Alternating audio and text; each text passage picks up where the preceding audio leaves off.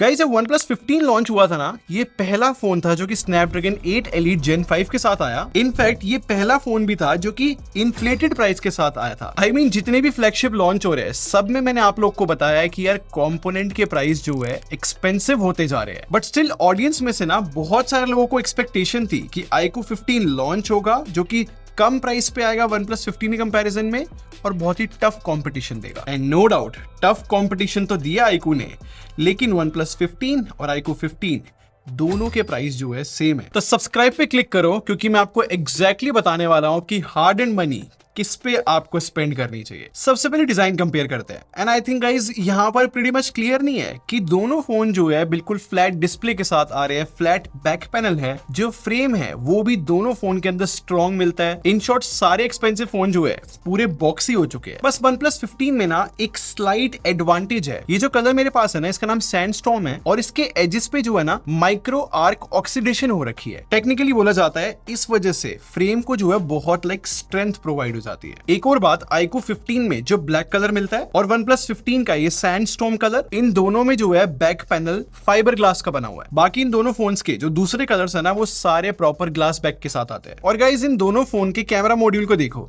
Similar दिख रहा है, बस iQOO 15 में एक डिफरेंट चीज ये है कि यहाँ पर जो है ना लाइटिंग मिल जाती है कैमरा हाउसिंग के अराउंड। इसको डायनेमिक लाइटिंग बोलते हैं और हम इसको कस्टमाइज भी कर सकते हैं। और कस्टमाइजेशन की बात हो ही रही है तो OnePlus में जो है प्लस की मिलती है जिसको हम कस्टमाइज कर सकते हैं, अलग अलग एक्शन परफॉर्म कर सकता है। जैसे कि ये देखो ना, ये AI माइंड स्पेस भी ओपन कर सकता है और अगर मैं सिंगल क्लिक या फिर डबल क्लिक करता हूं उससे भी अलग परफॉर्म होगा task. And I think guys दोनों फोन की जो वेट डिस्ट्रीब्यूशन है काफी अच्छी हो रखी है, थोड़ा सा लाइटर जो है iQOO लगा मेरे को। और इन दोनों फोन में ही जो टाइप सी पोर्ट मिलता है ना वो 3.2 है, बहुत अच्छी बात है। और IP रेटिंग में थोड़ा डिफरेंस है, मतलब OnePlus जो है IP66 से लेके 69K तक की रेटिंग यहाँ पर क्लेम करता है, जबकि iQOO 15 में जो है IP68 और 69 की रेटिंग मिलती है, तो हम slightly better IP rating OnePlus की ही बोलेंगे। तो डिजाइन डिपार्टमेंट में स्लाइट एडवांटेज है OnePlus के पास, एक माइक्रो ऑक्सीडेशन कोटिंग का प्लस की मिल जाती है और IP69 की रेटिंग मिल जाती है। बट इन दोनों फोन की डिस्प्ले कंपेयर करूँ ना, बस एक ही सिमिलरिटी है कि दोनों जो है फ्लैट एमोलेड पैनल के साथ आते हैं। स्टिल बेसिक स्पेक्स डिस्कस करी जाए ना तो OnePlus 15 में 6.78 इंचेस का 1.5K 165 हर्ट्ज रिफ्रेश रेट वाली डिस्प्ले मिलती है और OnePlus की जो पीक ब्राइटनेस है वो 3600 निट्स है और HBM जो है 1800 निट्स है। और OnePlus जो है गोरिल्ला ग्लास विक्टस 2 की प्रोटेक्शन देता है डिस्प्ले में। और iQOO 15 की बेसिक स्पेक्स देखी जाए तो 6.85 इंचेस का एक एमोलेड पैनल है, 2K रेजोल्यूशन है और 144 हर्ट्ज का रिफ्रेश रेट है। पीक ब्राइटनेस 6000 निट्स है, HBM जो है 2600 निट्स है। ये तो बेसिक स्पेक्स की बातें थी। अगर मैं प्रैक्टिकल होके आप लोग को कंपेयर कर दिखाऊं तो डायरेक्ट सनलाइट में अगर हम दोनों फोन की डिस्प्ले देखें तो हाँ, दोनों की विजिबिलिटी आपको अच्छी लग रही होगी, लेकिन डायरेक्ट सनलाइट में iQOO 15 थोड़ा ज्यादा विजिबल है। और बहुत अलग अलग कंटेंट देखा है मैंने इन दोनों फोन में, बिल्कुल साइड बाय साइड रख के, चाहे फिर वो HDR कंटेंट हो या फिर नॉर्मल कंटेंट हो। एक चीज मैंने रियलाइज करी है कि iQOO जो है बहुत पंची कलर्स दिखाता है, जबकि OnePlus जो है रियलिस्टिक या फिर नेचुरल कलर्स पे फोकस करता है। तो ज्यादा कलर एक्यूरेट मेरे को OnePlus लगा। और ऑब्वियसली दोनों फोन जो है नेटफ्लिक्स पे HDR सपोर्ट करते हैं, मैंने वो भी कंटेंट चला के देखा है, जो हाइलाइट्स है वो थोड़े से बेटर iQOO के लग रहे हैं। बट अगर ओवरऑल HDR परफॉर्मेंस देखूं तो वो मेरे को दोनों ही फोन की बहुत अच्छी लगी है। और वैसे दोनों फोन में जो है LTPO पैनल मिलता है, बट OnePlus जो है ऑप्शन देता है कि हम कुछ एप्स 165 हर्ट्ज पे भी चला सकते हैं, जबकि iQOO में जो है एफिशिएंसी के लिए M14 पैनल यूज करा है। और अब इन दोनों फोन की डिस्प्ले को एक बार साइड बाय साइड में रखकर आपको दिखाता हूं। आपने नोटिस किया OnePlus के बेजल्स ना बहुत थिन है, तो better screen to body ratio मिलती है। एंड गाइस देखना 2026 में ना बहुत सारे फोन्स में आपको जो है रिफ्लेक्शन कट करने के लिए अलग अलग ऑप्शन देखने को मिलेंगे, जैसे कि इन दोनों फोन ने एक डिफरेंट अप्रोच लिया है। जैसे iQOO 15 में एक जो है स्क्रीन प्रोटेक्टर लगा हुआ आता है जो कि रिफ्लेक्शन कट करता है। अब iQOO ने प्रॉमिस तो किया है कि स्क्रीन प्रोटेक्टर की फ्री रिप्लेसमेंट देंगे क्योंकि इस पे बहुत स्क्रैचेस पड़ रहे हैं, बट अभी तक कंफर्म नहीं है कि कितनी रिप्लेसमेंट्स मिलेंगी। और OnePlus 15 की बात करूं तो इसमें एज सच कोई भी एंटी रिफ्लेक्टिव कोटिंग या फिर स्क्रीन गार्ड नहीं मिलता, लेकिन OnePlus ने ऑप्शन दिया है कि आप वेबसाइट से जाके एक एंटी रिफ्लेक्टिव टेम्पर्ड ग्लास खरीद सकते हो। ऐसी परफॉर्मेंस कंपेयर करके बताता हूं।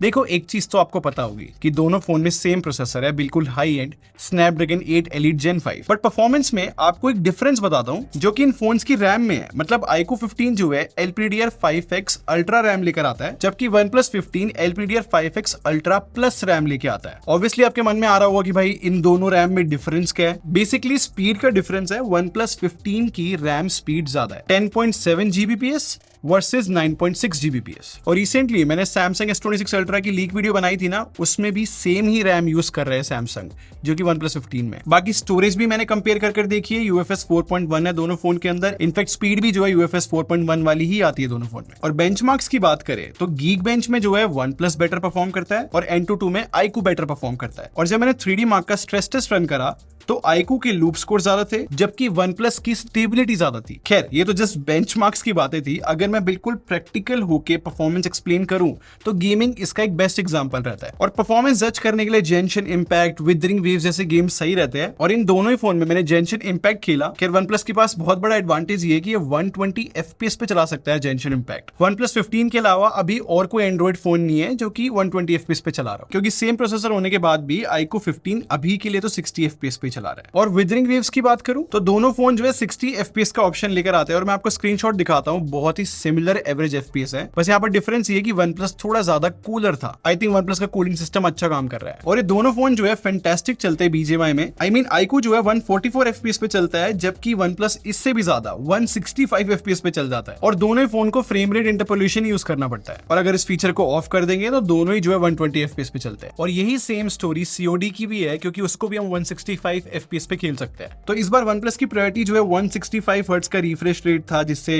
ज्यादा FPS मिल सके। और जैसे कि हमने OnePlus के लॉन्च इवेंट पे देखा था कि वाईफाई चिप को लेके स्पेसिफिकली प्रमोट कर रहे हैं, जिससे गेमर्स को बेटर नेटवर्क मिल सके। और आपको ये भी पता होना चाहिए कि दोनों ही फोन जो है वाईफाई 7 के साथ आते हैं। बस डिफरेंस ये है कि iQOO में जो है Bluetooth 5.4 मिलता है, जबकि OnePlus में Bluetooth 6.0 मिलता है। ऐसे ही डिटेल में अगर हम इन दोनों फोन का बैटरी डिपार्टमेंट कंपेयर करें तो OnePlus जो है 7300 mAh बैटरी के साथ आता है और iQOO जो है 7000 mAh के साथ आता है। तो दोनों फोन की कैपेसिटी में सिर्फ आपको 300 mAh का डिफरेंस लग रहा होगा ना, लेकिन एक और टेक्निकल डिफरेंस है कि OnePlus में जो है डुअल सेल बैटरी मिलती है, जबकि iQOO जो है सिंगल सेल बैटरी के साथ आता है। अब OnePlus में डुअल सेल बैटरी होने का ना एक एडवांटेज है कि लाइक अपने 120 वॉट चार्जर से ना ये 35 से 36 मिनट्स के अराउंड चार्ज हो जाता है, जबकि iQOO 15 जो है अपने 100 वॉट चार्जर से 1 आवर 5 मिनट लगाता है फुल चार्ज होने में। बट iQOO का जो 100 वॉट का चार्जर है वो PD सपोर्ट करता है, तो लैपटॉप भी चार्ज कर देगा। इफ इन केस आप वायरलेस चार्जिंग यूज करते हो तो iQOO जो है 40 वॉट पे वायरलेस चार्जिंग सपोर्ट करता है और OnePlus जो है 50 वॉट पे करता है। अब फाइनली कैमरे की बात करते हैं,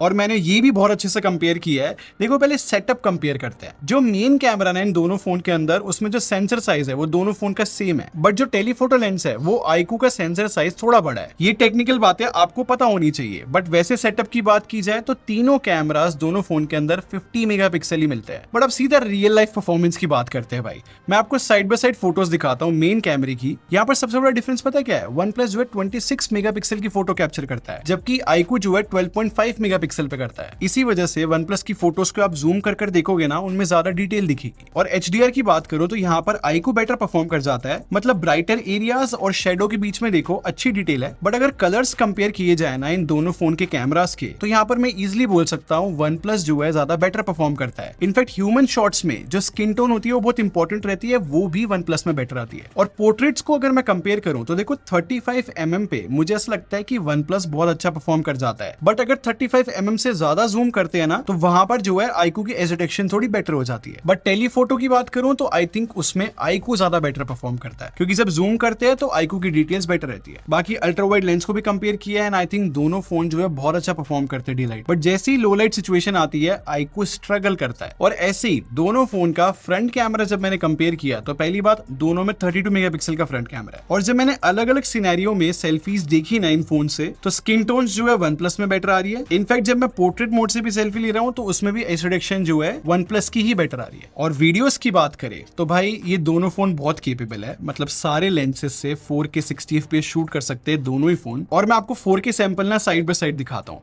I think guys day light में ना ये दोनों फोन जो है बहुत अच्छी वीडियो रिकॉर्ड कर लेता है। बस फर्क ये है कि iQOO जो है थोड़ी ब्राइट वीडियोस कैप्चर करता है, जबकि OnePlus फोकस करता है कलर एक्यूरेसी पे, थोड़ा नेचुरल ज्यादा रखता है। इन शॉर्ट OnePlus की वीडियो रिकॉर्डिंग मुझे बेटर लगी। इनफैक्ट OnePlus जो है लॉग और डॉल्बी विजन सपोर्ट कर सकता है 4K 120 FPS में, और ये सपोर्ट iQOO में नहीं है। तो सारी फोटोज और वीडियो देखने के बाद ना एक चीज क्लियर है कि वीडियो में तो ऑब्वियसली OnePlus विनर है, और फोटोज में भी देखा जाए ना तो मेन कैमरा जो है मेरे को OnePlus का पसंद आया। स्किन टोन जो है बेटर OnePlus कैप्चर करता है, लो लाइट में भी बेटर है OnePlus, और सेल्फी में भी। तो ऑब्वियसली कैमरा जो है मेरे को इमेज प्रोसेसिंग की वजह से OnePlus का ही सही लगा है। जबकि iQOO का एडवांटेज ये है कि बेटर टेलीफोटो लेंस मिल जाएगा, और उस वजह से जूम पोर्ट्रेट्स थोड़े बेटर आते हैं। और अब लास्ट हम दोनों फोन का सॉफ्टवेयर एक्सपीरियंस कंपेयर करेंगे, और इस साल स्टोरी बहुत इंटरेस्टिंग है। मतलब iQOO के फोन्स में फन टच OS होती थी, वो इतनी अच्छी नहीं थी, बट अब फाइनली ओरिजिन OS आ चुकी है, और OnePlus की जो लेटेस्ट ऑक्सीजन OS है वो भी और ज्यादा ऑप्टिमाइज हो गई है। तो इस साल कंपेयर करने को बहुत कुछ है। सबसे पहले अपडेट पॉलिसी कंपेयर की जाए ना, iQOO जो है 5+7 ईयर्स प्रॉमिस करता है, और OnePlus जो है 4+6 ईयर्स करता है। और अब नेक्स्ट सबसे इंपॉर्टेंट AI अगर मैं कंपेयर करूं तो OnePlus में माइंडस्पेस इंटीग्रेशन मिल जाती है, जो कि जेमिनी के साथ भी काम करता है। और OnePlus में जो AI राइटर मिलता है ना, वो सारी एप्स में काम कर रहा है, चाहे मैं फिर इंस्टाग्राम में चलाऊं या फिर व्हाट्सएप में। इनफैक्ट OnePlus की गैलरी में बहुत सारे AI टूल्स मिल जाते हैं जो काफी यूजफुल है, जैसे कि AI रिफ्लेक्शन इरेजर अच्छा काम कर रहा है, AI अनब्लर भी अच्छा काम करता है, और ऑब्वियसली AI इरेजर तो मिलता ही है। सेम गैलरी में AI जो है iQOO में मिल जाती है,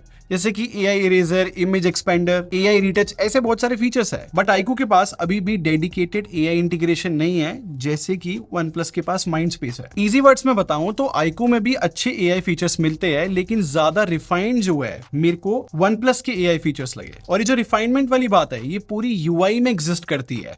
मतलब जो ऑक्सीजन OS है ना OnePlus के अंदर, वो बहुत रिफाइंड फील होती है। जैसे कि दोनों फोन में मैं साइड बाय साइड बहुत सारी एप्स ओपन करता हूँ। OnePlus जो है बहुत स्मूथ लगता है, क्योंकि पैरेलल एनिमेशंस आती है, जबकि iQOO जो है सिर्फ फास्ट होने पे फोकस कर रहा है, मतलब स्नैपी है। या फिर इन दोनों फोन में मैं ऐप ड्रॉअर खोल के दिखाता हूँ, जो सर्च बार है वो OnePlus में नीचे की साइड है, जबकि iQOO में ऊपर की साइड है। ये छोटी छोटी रिफाइनमेंट OnePlus में बेटर है। बाकी OnePlus जो है फुल स्क्रीन AOD के साथ भी आता है, और OnePlus का जो कंट्रोल सेंटर है हम उसको फुली कस्टमाइज कर सकते हैं, जबकि iQOO में हम फुली कस्टमाइज नहीं कर सकते कंट्रोल सेंटर। OnePlus सिर्फ फीचर रिच नहीं है, मतलब OnePlus ने जो है इतने टाइम में बहुत रिफाइनमेंट्स की है और बेटर ऑप्टिमाइजेशन दी है अपने सॉफ्टवेयर को, जिसकी वजह से मैं इजिली बोल सकता हूँ यूजर एक्सपीरियंस OnePlus का बेटर है। एंड नो डाउट iQOO ने जो नई डायरेक्शन ली है ना कि फन टच OS से हटकर ओरिजिन OS पे आए है, ये बहुत सही मूव है। शायद ओवर टाइम बहुत बेटर हो जाए। तो अब सारी टेस्टिंग को ना मैं आपको सम अप करता हूं और आपके लिए बहुत इजी बनाता हूं चीजें। एक चीज तो आपको भी पता होगी कि दोनों फोन जो है बहुत पावरफुल है, और इन दोनों में से आप कोई भी फोन खरीदोगे तो कोई बेकार डिसीजन नहीं होगा। बट एडवांटेज की बात करूं ना तो iQOO के पास एडवांटेज ये है कि टेलीफोटो लेंस अच्छा मिल जाता है और डिस्प्ले अच्छी मिलती है, जबकि OnePlus का एडवांटेज ये है कि हमें मेन कैमरा बहुत अच्छा मिलता है, सेल्फी बहुत अच्छी है, वीडियो में ज्यादा एक्यूरेसी है, और BGMI में 160 FPS और जेंशन इंपैक्ट में 120 FPS देके लाइक परफॉर्मेंस को ऑप्टिमाइज करने की कोशिश करिए, और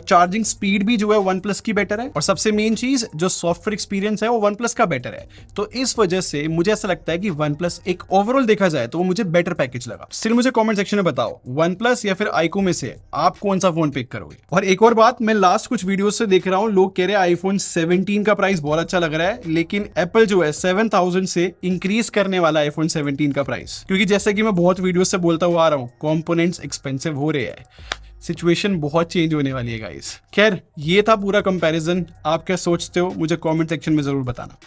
और अगर आपको ये वीडियो पसंद आई हो तो लाइक बटन पे क्लिक कर दो, और सब्सक्राइब करके हमारे टेक बार आर्मी को ज्वाइन कर लो। हम लोग क्वालिटी वीडियो रखते हैं। अगले मिलते हैं, thanks for watching, bye bye guys.